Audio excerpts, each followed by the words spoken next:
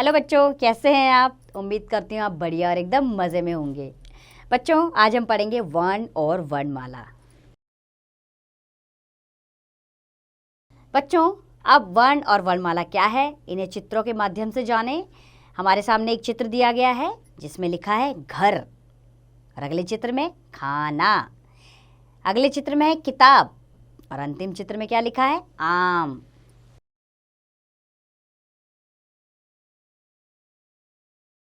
तो बच्चों, इन चित्रों में घर, खाना, किताब एवं आम दिखाए गए हैं। जब हम इनके नाम मुंह से बोलते हैं तो कुछ ध्वनियाँ निकलती हैं, जैसे घ जमा अ जमा र जमा अ, घर, 4 ध्वनियाँ।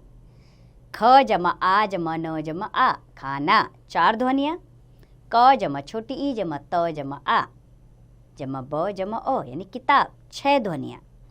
आ जमा म जमा अ, आम यानी 3 ध्वनियाँ। तो ये सभी ध्वनियाँ वर्ण कहलाती हैं। वर्ण भाषा की सबसे छोटी इकाई है। इसके और टुकड़े या खंड नहीं किए जा सकते। आइए परिभाषा जानें इसकी। वह सबसे छोटी ध्वनि या आवाज़ जिसके और टुकड़े नहीं हो सकते वर्ण या अक्षर कहलाती है। अब जानेंगे हम वर्ण के भेद। बच्चों, वर्ण के 2 भेद होते हैं, स्वर और व्यंजन। स्वर, सबसे पहले हम पढ़ते हैं स्वर क्या होता है। हिंदी में 11 स्वर होते हैं। इन स्वरों का उच्चारण बिना किसी वर्ण की सहायता से किया जा सकता है। जैसे कि हमारे सामने एक फ्लावर पॉट की तरह दिए गए हैं वर्ण, जो हैं स्वर। इन्हें पढ़ते हैं वो कौन कौन से हैं? अ, आ, इ, ई, उ, ऊ, री, ए, ऐ, ओ, औ। कुल मिलाकर 11 स्वर है। अब हम पढ़ेंगे व्यंजन क्या है। बच्चों, हिंदी वर्णमाला में 33 व्यंजन होते हैं। व्यंजनों के उच्चारण के लिए स्वरों की सहायता लेनी पड़ती है। स्वर रहित व्यंजन लिखने के लिए व्यंजन के नीचे एक तिरछी रेखा खींची जाती है, जिसे हलंत कहते हैं। इस तरह तिरछी रेखा खींच दें अगर हम किसी व्यंजन के नीचे, तो समझ लीजिए वो व्यंजन स्वर रहित होगा। अब कौन कौन से हैं हमारे 33 व्यंजन, इन्हें भी जान लें। क, ख, ग, घ, ड, च, छ, ज, झ, ञ। ट, ठ, ड, ढ, ण। त, थ, द, ध, न। प, फ, ब, भ, म। य, र, ल, व। और हैं श, श, स, ह। कुल 33 व्यंजन। आइए अब अयोग वाक्य के बारे में जानें। बच्चों, हिंदी में अनुस्वार यानी कि ऊपर बिंदु और अनुनासिक यानी चंद्र बिंदु तथा विसर्ग, जो 2 बिंदुओं के रूप में दर्शाया जाता है, इनका भी बहुत अधिक प्रयोग होता है। ये ना तो स्वर है और ना ही व्यंजन। ये क्या है? अयोगवा हैं। ये अयोगवा कहलाते हैं। जैसे उदाहरण के लिए झंडा, तिरंगा, इसके ऊपर बिंदु लगा हुआ है। इन व्यंजनों के ऊपर बिंदु लगा हुआ है, तो यानी यहाँ पर अनुस्वार का प्रयोग हुआ है। हंसना, चांद, चंद्र बिंदु आया है यानी अनुनासिक। और अतः, प्रातः आदि विसर्ग का उच्चारण ह की तरह होता है, यानी अतः, प्रातः, तो इसमें किसका प्रयोग हुआ है? विसर्ग का प्रयोग। तो ये क्या है सब? ये अयोग हुआ है।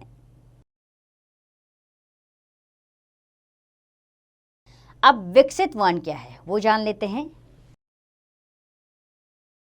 बच्चों, हिंदी वर्णमाला में ड और ढ वर्णों को शामिल किया गया है।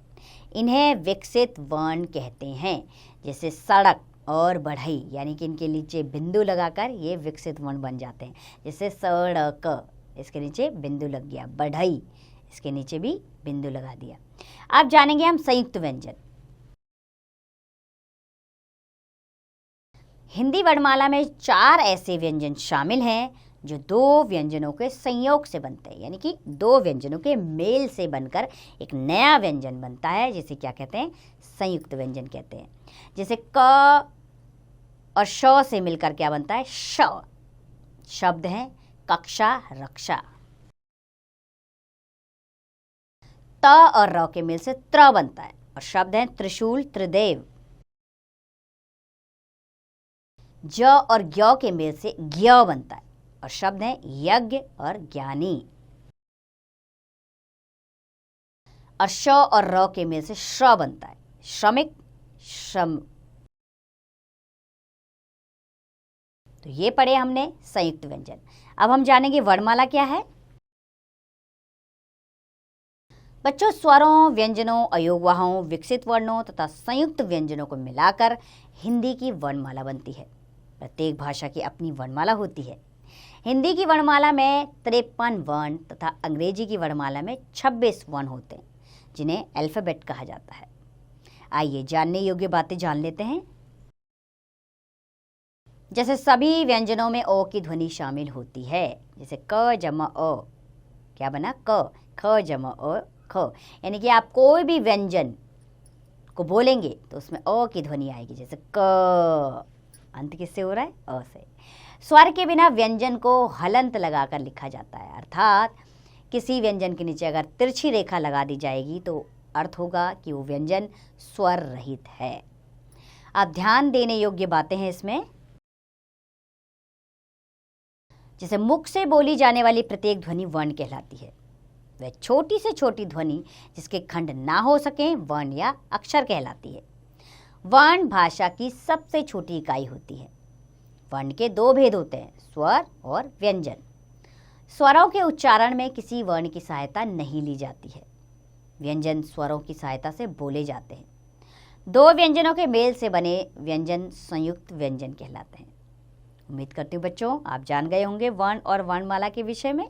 अब इसका अभ्यास कार्य आप स्वयं कीजिए।